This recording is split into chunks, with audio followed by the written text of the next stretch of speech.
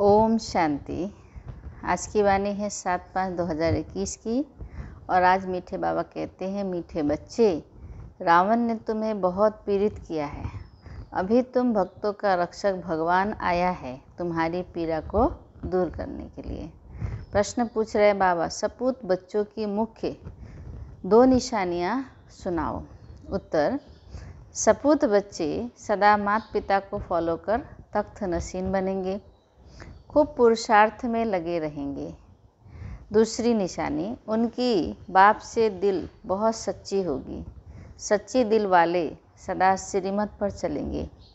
अगर अंदर में सच्चाई नहीं तो याद में भी रह नहीं सकते हैं। आज का गीत बड़े सुंदर है। भोलेनाथ से निराला कोई और नहीं, अगम निगम का भेद खोले, डम डम डम डम डमरू बाजे, भोलेनाथ से निराला कोई और नहीं। ओम शांति। मीठे मीठे बच्चों ने यह भक्ति मार्ग का गीत सुना। भक्त इस गीत के अर्थ को नहीं जानते। तुम भगवान के बच्चे बने हो। भगवान रक्षक है भक्तों का। तुम भी रक्षक हो भक्तों के, भक्तों की रक्षा करते हो। फिर बाबा ने कहा, कौन सी आफत है जो भगत रक्षा करने के लिए भगवान को बुलाते हैं। भक्तों को रावण का बहुत दुख है। रावण संप्रदाय पीड़ित है दुखों से, तो भोलानाथ को याद करते हैं। वह है रावण संप्रदाय और यह है राम संप्रदाय। भक्तों को यह पता ही नहीं है कि हमारा रक्षक कौन है। भल गाते हैं भोलानाथ रक्षक है, परंतु क्या रक्षा करते हैं यह नहीं जानते। तुम बच्चे अब समझते हो कि भोलानाथ शिव बाबा ही बिगड़ी को बनाने वाला है। दुनिया को तो पता नहीं है कि भगवान किसको कहा जाता है।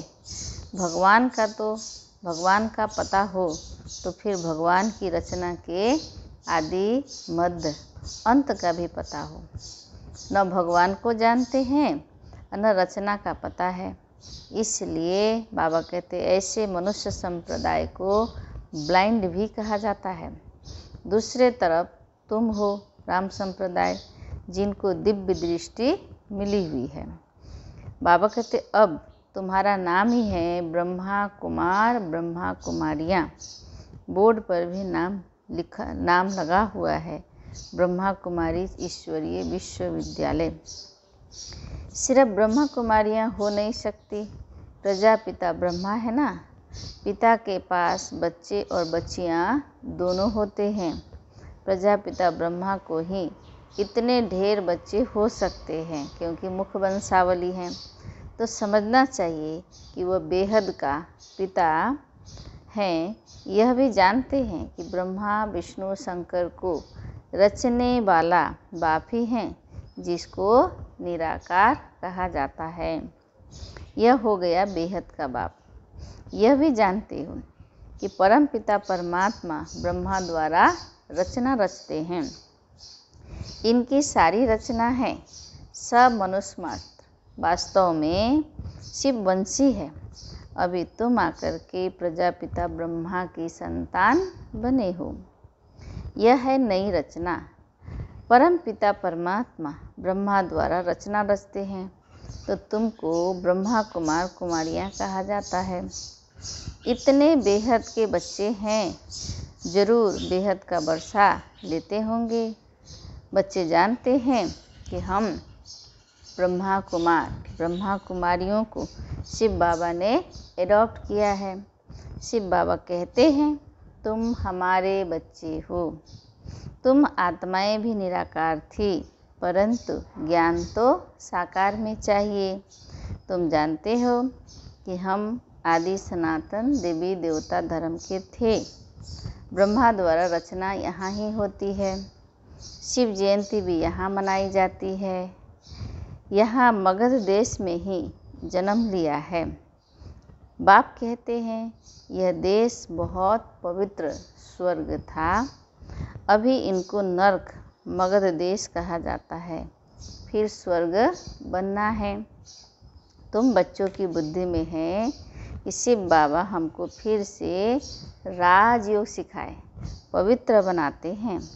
गाते भी हैं पतित पावन भक्तों के रक्षक भगवान।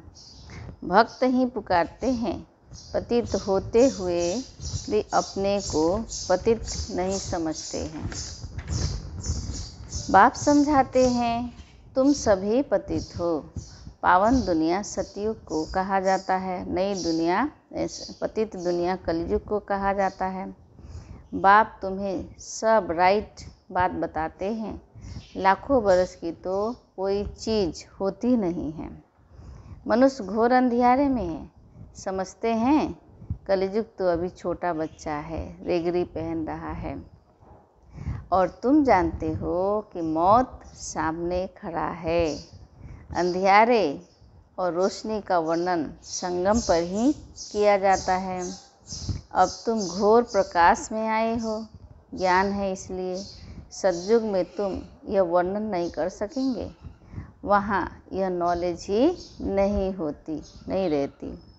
इस समय बाप बैठ बच्चों को समझाते हैं। क्या समझाते हैं कि तुम सतयुग में सूर्यवंशी घराने के थे, फिर अंत में आकर के सूर्यवंशी घराने के बने हो। अब फिर ब्राह्मण वंशी बने हो। तुम सतयुग में सूर्यवंशी घराने के थे, फिर अंत में आकर शूद्रवंशी घराने के बने हो। अब फिर ब्राह्मण वंशी बने हो। अभी तुम हो सर्वोत्तम ब्राह्मण कुल के। तुम हो ऊंचे ते उच्च। यह ईश्वरीय कुल है ना। बाप के पास आते हैं तो बाबा पूछते हैं कि किसके पास आए हो, तो कहते हैं बाप के पास आए हैं। बाप दो है, एक है लौकिक बाप, दूसरा है पारलौकिक बाप। सभी शालिग्रामों का बाप एक ही शिव है। तुम्हारी बुद्धि में यह टपकता है हम एक बाप के बच्चे हैं जिससे वर्षा लेते हैं। निराकार वर्षा तो साकार द्वारा ही देंगे ना। बाप खुद कहते हैं कि मैं साधारण तन में आकर के प्रवेश करता हूँ। अब बाप बच्चों को कहते हैं बच्चे देही अभिमानी भव। अपने को आत्मा समझो। यह देह विनाशी है, आत्मा अविनाशी है। आत्मा को ही 84 जन्म लेने पड़ते हैं, न कि देह को। देह तो बदलती रहती है, फिर दूसरे मित्र संबंधी मिलते हैं। अभी आत्मा को बेहद के बाप से वर्षा लेना है, परमपिता परमात्मा द्वारा। तुम ही सुनकर फिर धारण करते हो। बाबा कहते संस्कार तुम्हारी आत्मा में है, आत्मा में ही संस्कार रहते हैं। ऐसे नहीं कि शरीर के संस्कार कहेंगे, नहीं। तुम्हारी आत्मा के संस्कार इस समय तमो प्रधान है, उनको अब चेंज करना है। काया कल्पतरु कहा जाता है। काया कल्प वृक्ष समान बनती है, आयु भी बड़ी रहती है सतयुग में। तुम जानते हो यहाँ तो आयु बहुत छोटी रहती है, जो अभी दिखाई दे रहा है। छोटी आयु में ही बैठे बैठे अकाले मृत्यु हो जाती है। तो बाबा कहते अभी तुम काल पर विजय पाते। जितना हम योग बल जमा करते हैं उतना हम काल पर विजय पाते, अकाले मृत्यु नहीं होती। वहाँ काल कभी खाता नहीं, अकाले कब शरीर नहीं छूटता है। तुम जानते हो अब यह शरीर बूढ़ा हुआ है, इनको छोड़ करके नया शरीर लेना है। शरीर छोड़ने समय भी वहाँ बाजे बजते हैं सतयुग में। जन्म लेने के समय भी बजते हैं, वहाँ रोने की तो बात ही नहीं होती। फिर बाबा ने कहा तुमको भ्रमरी का मिसाल भी समझाया है। तुम हो ब्राह्मण ब्राह्मणियाँ। ब्राह्मण और भ्रमरी राशि मिलती है। जो काम भ्रमरी करती है वह तुम भी करते हो, ज्ञान की भू करते हो। वंडर है ना। भ्रमरी का दृष्टांत कछुओं का, सर्प का, यह सब शास्त्रों में है। सन्यासी आदि भी यह मिसाल देते हैं। अभी तुम बच्चे बाप द्वारा यह सब समझ रहे हो। वह तो हुआ भक्ति मार्ग, पास्ट का गायन करना है। इसका फिर बाद में गायन होता है। इस समय ही बाप इस तन में आते हैं।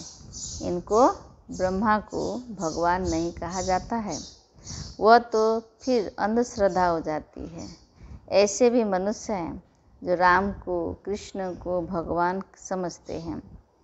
फिर बाबा ने कहा कृष्ण के लिए, राम के लिए भी कह देते, वह तो सर्वव्यापी है। कोई कृष्णपंथी, कोई राधेपंथी होते हैं। राधेपंथी वाले कहेंगे कि सर्वत्र राधे ही राधे हैं, और कृष्णपंथी कहेंगे कि जिधर देखो कृष्ण ही कृष्ण हैं।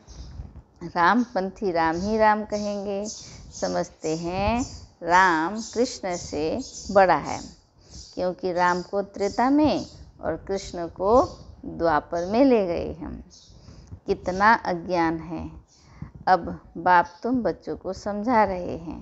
कितने ढेर ब्रह्मा कुमार कुमारियां हैं, जरूर बेहद का बाप होगा ना। तुम कोई से भी पूछ सकते हो कि कभी नाम सुना है प्रजापिता ब्रह्मा का। बाप ने स्वर्ग की नई रचना रची है। गाया भी जाता है ब्रह्मा द्वारा ब्राह्मण। जब तक तुम सब ब्रह्मा की मुख वंशावली नहीं बने हो, तब तक दादे से वर्षा नहीं ले सकते हो, यानी शिव बाबा का वर्षा नहीं मिल सकता है। बेहद के बच्चे बेहद का वर्षा बाप से ही लेते हैं। लिया था बरोबर स्वर्गवासी थे, अभी तो नरकवासी बन गए हैं। अब फिर बाबा कहते हैं कि प्रजापिता ब्रह्मा द्वारा परम पिता परमात्मा विष्णुपुरी स्वर्ग रच रहे हैं। कितना सहज है। शिव बाबा पूछते हैं कि आगे तुमको यह ज्ञान था। इनकी आत्मा ही कहती है कि मेरे में यह ज्ञान नहीं था, यानी लक्ष्मी नारायण की आत्मा जो साधारण ब्रह्मा है। मैं भी विष्णु का पुजारी था। बाबा कहते मैं भी जब अज्ञान काल में था तो विष्णु का पुजारी था। जो हम पूज्य थे सो अब पुजारी आकर के बने हैं। अब फिर बाबा आकर पुजारी से पूज्य देवता बना रहे हैं। तुम बच्चों को अंदर में खुशी रहनी चाहिए इस बात की कि परम पिता परमात्मा ने आकर हमको एडॉप्ट किया है। मनुष्य को एडॉप्ट करते हैं ना।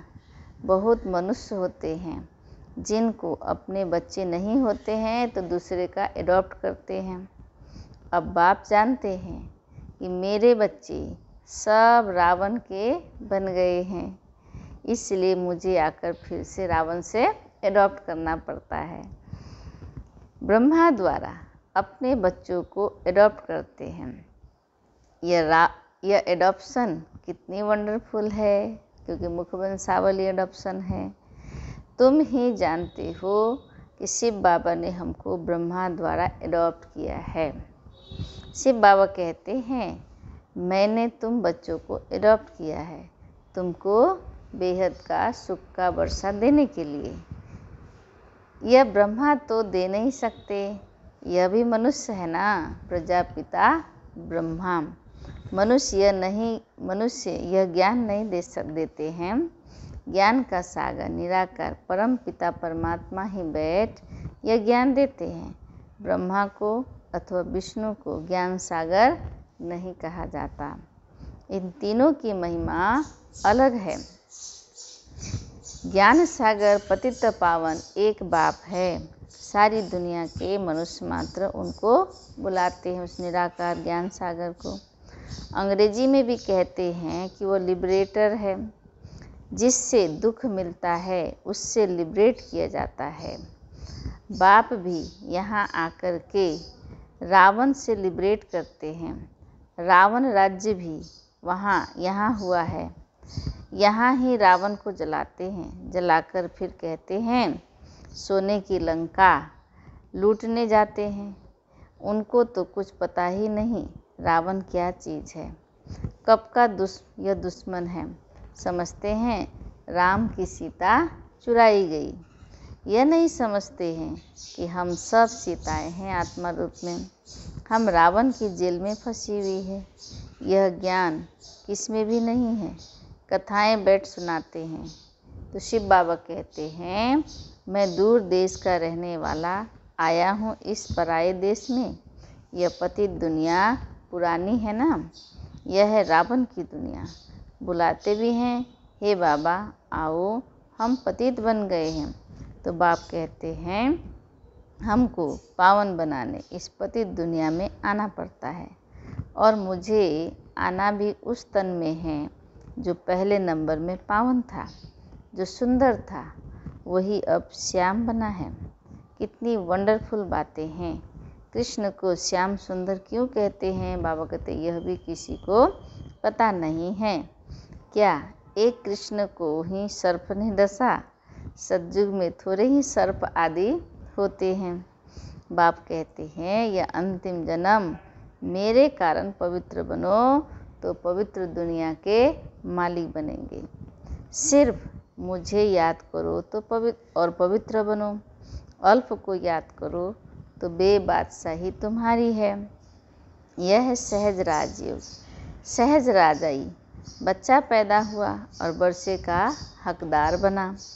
यहाँ भी बच्चे जानते हैं कि हम बाप के बने हैं, तो हम स्वर्ग की राजाई के हकदार हैं। अब बाप कहते हैं, सतो प्रधान से तुम तमो प्रधान बन गए हो, फिर सतो प्रधान बनना है। योग और ज्ञान सिखाने में 1 सेकंड लगता है। बच्चा पैदा हुआ और वारिस निश्चय किया, तुम बाप के बने हो तो राजधानी का वर्षा तुम्हारा है। परंतु राजा रानी सब तो नहीं बनेंगे। यह है राजयोग। राजा रानी, प्रजा, साहूकार, गरीब सब चाहिए। इसलिए रुद्रमाला भी बनी हुई है जो भक्ति मार्ग में जपते हैं। तुम जानते हो कि हम राजयोग सीखने आए हैं। माता पिता को फॉलो कर पहले सूर्यवंशी, चंद्रवंशी बनेंगे। सपूत बच्चे वह जो माता पिता को फॉलो कर तख्त नशीन बने। पुरुषार्थ खूब करना चाहिए।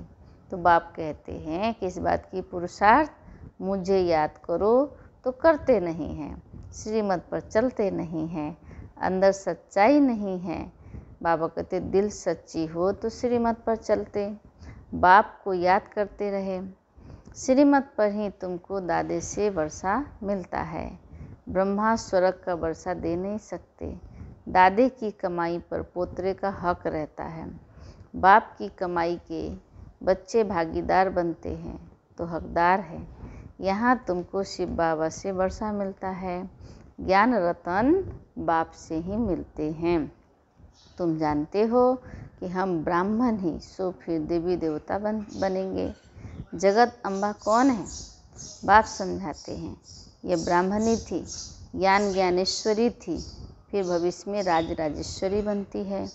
तुम भी ऐसे बनते हो। अच्छा, मीठे मीठे सिखी लदे बच्चों प्रति माता पिता बाप दादा का याद प्यार और गुड मॉर्निंग। रूहानी बाप की रूहानी बच्चों को नमस्ते।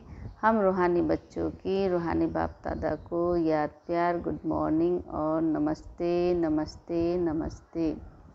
धारणा के लिए मुख्य सार, आत्मा में जो तमो प्रधानता के संस्कार है उन्हें याद के बल से चेंज करना है, सतो प्रधान बनना है। दूसरी, बाप से राजाई का वर्षा लेने के लिए सदा सपूत बच्चा बन श्रीमत पर चलना है। सच्चे बाप से सच्चा रहना है। माता पिता को पूरा फॉलो करना है। ज्ञान रत्नों का दान करते रहना है।